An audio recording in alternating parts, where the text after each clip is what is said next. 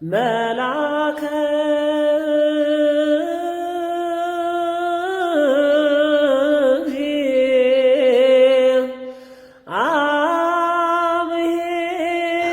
አንድ አምላክ በሚሆን በአብ በወልድ በመንፈስ ቅዱስ ስም ታኅሳስ 9 በዚች ቀን ያለ ደም መፍሰስ ታማኝ የሆነ ቅዱስ አባት አባ ባሚን በሰማዕትነት አረፈ።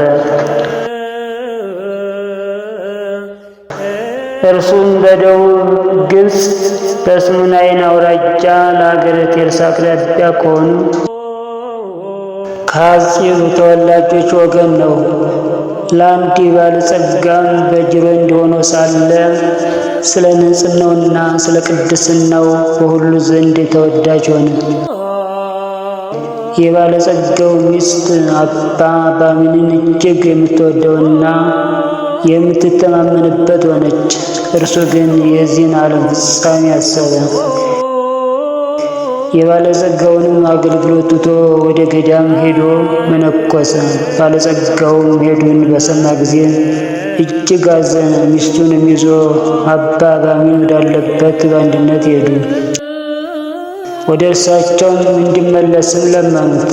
እንዲህም አሉት፣ ከአንተ እንለይ ዘንድ ከቶ አንችልም፣ ስለዚህም አንተውህም አሉት። አባ ባሚንም እኔ ራሴን ብፅዕት አድርጌ ለእግዚአብሔር ሰጥቻለሁ እኮን አላቸው። ይህንንም ሲሰሙ ከእርሱ በመለየታቸው እያዘኑ ትተው ተመለሱ። ከዚህም በኋላ በአማረ ተጋድሎ ሁሉ ታላቅ ተጋድሎን በመጋደል ብዙ ዘመናት እግዚአብሔርን አገለገለው። ከዚህም በኋላ ክብር ይግባውና ስለ ጌታችን ኢየሱስ ክርስቶስ ምስክር ሆኖ ደሙን ሊያፈስ ወዶ ወደ እንዲናው ከተማ ሄደ። ብዙዎች ምዕመናንንም ሲያሰቃዩአቸው አገኛቸው።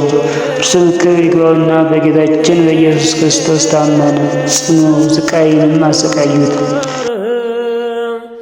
ሥጋውን በእሳት ለበለቡ፣ ሕዋሳቱንም ሰነጣጥቀው በመንኰራኵር ውስጥ ጨመሩት። ዳግመኛም ባጋሏቸው የብረት ዘንጎች አቃጠሉት። በዚህ ሁሉ ጸና። ክብር ይግባውና ጌታችን ኢየሱስ ክርስቶስም ያለ ጉዳት በጤና ያስነሳው ነበር። እንዲህም እየተሰቃየ ሳለ ጣዖት የሚመለክበት ወራት አለፈና ጻድቅ ቆስጠንጢኖስ ነገሰ። ክብር ይግባውና በጌታችን ኢየሱስ ክርስቶስ ስም ዲዮቅልጥያኖስ ያሰራቸውን እስረኞች ሁሉ እንዲፈቷቸው አዘዘ። ጌታችንም ለአባ ባሚን ተገለጠና ከሰማዕታት ጋር እንደቆጠረው አስረዳው። ንጉሥ ቆስጠንጢኖስም ከሳቸው ቡራኬ ሊቀበል ሽቶ ከውስጣቸው 72 እስረኞችን ወደ እርሱ ያመጡ ዘንድ አዘዘ። አባ ኖም ከእርሳቸው ጋር በዚያ ነበረ። ከእርሳቸውም አንዱ ይህ አባ ባሚን ነው። ከዚህም በኋላ ከስሙናይን ውጭ በሆነች ገዳም የሚኖር ሆነ። ጌታችንም ታላቅ ጸጋን ሰጥቶት በሽተኞችን ሁሉ የሚፈውሳቸው ሆነ። ዜናውን በቦታ ሁሉ ተሰማ። ከዚህም በኋላ ከስሙናይን ውጭ በሆነች ገዳም የሚኖር ሆነ። ጌታችንም ታላቅ ጸጋን ሰጥቶት በሽተኞችን ሁሉ የሚፈውሳቸው ሆነ። ዜናውን በቦታ ሁሉ ተሰማ። በዚያ ወራት የሮም ንጉሥ ሚስት የሆነች አንዲት ንግሥት ነበረች። እርሷም ከእርሷ ጋር ስለሚኖር የወንጌላዊውን ዮሐንስ የራእይ መጽሐፍ ሁልጊዜ የሚያነብላት የሆነ እግዚአብሔርን ስለሚፈራ ስለ አንድ ዲያቆን እጅግ የታመመች ናት። ከንጉሥ ሹሞች አንዱ በቀናበት ጊዜ ወደ ንጉሡ ሄዶ ጌታዬ ንጉሥ ሆይ እወቅ፣ ይህ ዲያቆን ዮሐንስ ሁልጊዜ የዮሐንስ የራእዩን መጽሐፍ በማንበብ እያመካኘ ከእመቤቴ ንግሥት ጋር ይተኛል አለው። ንጉሡም ይህን በሰማ ጊዜ እጅግ አዘነ። በዚያን ጊዜ ተነስቶ ንግሥቲቱ ወዳለችበት ቤተ መንግሥት ገባ። ያንንም ዲያቆን በፊቱ አቆሞ የዮሐንስን የራእይ መጽሐፍ ሲያነብ አገኘውና ከነ መጽሐፉ ወስደው ዲያቆኑን ከባሕር እንዲያሰጥሙት አዘዘ። ሁለት ሰዎችም በታናሽ ጀልባ ጭነው ወስደው ከባሕር መካከል ወረወሩት። ወዲያውኑ ብርሃንን የለበሰ ሰው ከሰማይ ወርዶ ያንን ዲያቆን ከመጽሐፉ ጋር ነጥቆ ወስዶ ከአንዲት ደሴት ላይ አኖረው። እነዚያ ሁለት ሰዎች ሲያዩ ነበር፣ እጅግም እያደነቁ ተመለሱ። ያዩትንም ለንጉሡ አልነገሩትም። ንግሥቲቱም በዲያቆኑ ላይ የተደረገውን ባየች ጊዜ እጅግ አዘነች። በእርሷም ደዌ ጸናባት። ሆዷም ቆስሎ 15 ዓመት ኖረች። ወደ እርሷም ብዙ ጥበበኞች ባለመድኃኒቶች መጥተው ነበር፣ ግን ሊፈውሷት አልቻሉም። አንድ አዋቂ ሰውም እንዲህ ብሎ መከራት፣ በግብፅ አገር ወደሚኖሩ ቅዱሳን ብትሄጂ ከደዌሽ በተፈወሽ ነበር። በዚያን ጊዜ ተነሳች።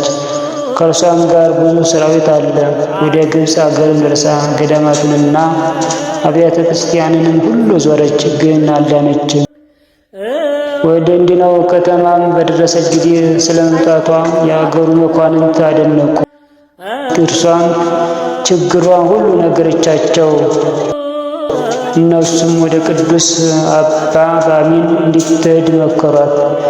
በመርከብ ተሳፍራ ወዲያውኑ ቅዱስ አባ ባሚን ወዳለበት ገዳም ደረሰች። እነሆ ንግሥት ወደ አንተ መጥታለች፣ ካንተም ልትባረክ ትሻለች ብለው ነገሩት። እርሱም ከምድር ንግሥት ጋር ምን አለኝ ብሎ መውጣትን እምቢ አለ።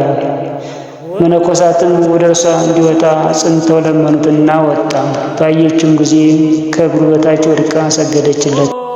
እርሱም በዘይት ላይ ጸልዮ ቀባት። በዚያንም ጊዜ ዳነች። ቅዱስ አባ ባሚንም ንጉሥ ከባሕር ባሰጠመው በዚያ ዲያቆን ምክንያት ይህ ሁሉ እንደደረሰብሽ ወቂ፣ እርሱ ግን በአንዲት ደሴት ውስጥ በሕይወት ይኖራል።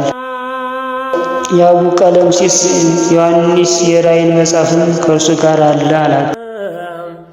ንግሥቲቱም ሰምታ እጅግ አደነቀች፣ ደስ አላትም። ስለዚያ ዲያቆን በሕይወት መኖርና እርሷም ፈውስ ስለማግኘቷ ለቅዱስ አባ ባሚንም እጅ መንሻ ብዙ ገንዘብ አቀረበችለት። ከንዋየ ቅድሳት በቀር ምንም ገንዘብ አልተቀበለም። ከዚህም በኋላ እግዚአብሔርን እያመሰገነች ወደ ሮሚ አገር ተመለሰች። በእርሷ ላይም የሆነውን ሁሉ ወደ ባህር ስላሰጠሙት ስለዚያ ዲያቆን እርሱም እስከዛሬ በአንዲት ደሴት ውስጥ በሕይወት እንዳለ ለንጉሡ ነገረችው። ንጉሡም ይህን ነገር ሰምቶ እጅግ አደነቀ። ይፈልጉትም ዘንድ ምልክተኞችን ላከ። በደሴትም ውስጥ በሕይወት አገኙት። መጽሐፉም ከእርሱ ጋር አለ። ተመልሰው ለንጉሡ ነገሩት። ሁለተኛም ወደ እርሱ እንዲመጣ እየማለደ ላከ። ከምልክተኞቹም ጋር ወደ ንጉሡ መጣ። ንጉሡም ባየ ጊዜ ታላቅ ደስታ አደረገ። ከእግሩም በታች ወድቆ በአንተ ላይ ስላደረግኩት በደል ይቅር በለኝ አለው። እርሱም በአንድነት እግዚአብሔርን ይቅር ይበለን አለ። ከዚህም በኋላ ያ ዲያቆን በሮሚ አገር ላይ ሊቀ ጵጵስና ተሾመ። ያንንም የዮሐንስ ቀለምሲስ ራእይ ተረጎመው። ቅዱስ አባ ባሚንም በቀንና በሌሊት ያለማቋረጥ የሚገድል ሆነ። በአቅራቢያውም አንድ ደግ ኤጲስቆጶስ አለ። በአንዲት የሰማዕታት ገዳም ከምዕመናን ጋር በዓልን ሲያደርግ አርዮሳውያንም ለራሳቸው ሐሰተኛ ኤጲስቆጶስ ይዘው ሕዝቡን የሚያስቱ ሆኑ።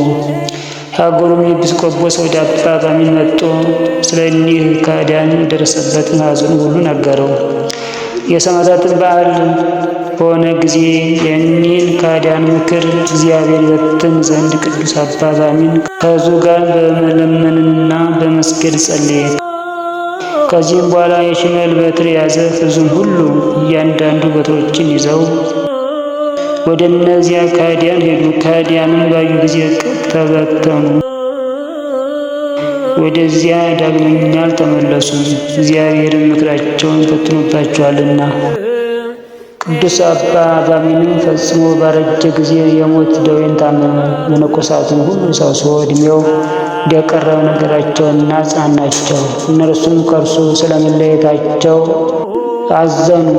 ከዚህም በኋላ በፈጣሪ እግዚአብሔር እጅ ነፍሱን ሰጠ። መነኮሳቱም እንደሚገባ እያመሰገኑና እየዘመሩ መልካም አገናነዝን ገነዙት። ሥጋው በእምነት ወደ እርሱ ለሚመጣ ሁሉ መጠጊያ ሆነ። ወይም በቀናች አምኖ ጸንቶ ወደ ቤተ ክርስቲያን ሄዶ በስሙ ለሚለምን ሁሉ የለመነው ይሆንለታል። ለእግዚአብሔር ምስጋና ይሁን። እኛንም በዚህ ጻድቅ ጸሎት ይማረን፣ በረከቱም ከእኛ ጋር ትኑር ለዘላለሙ አሜን።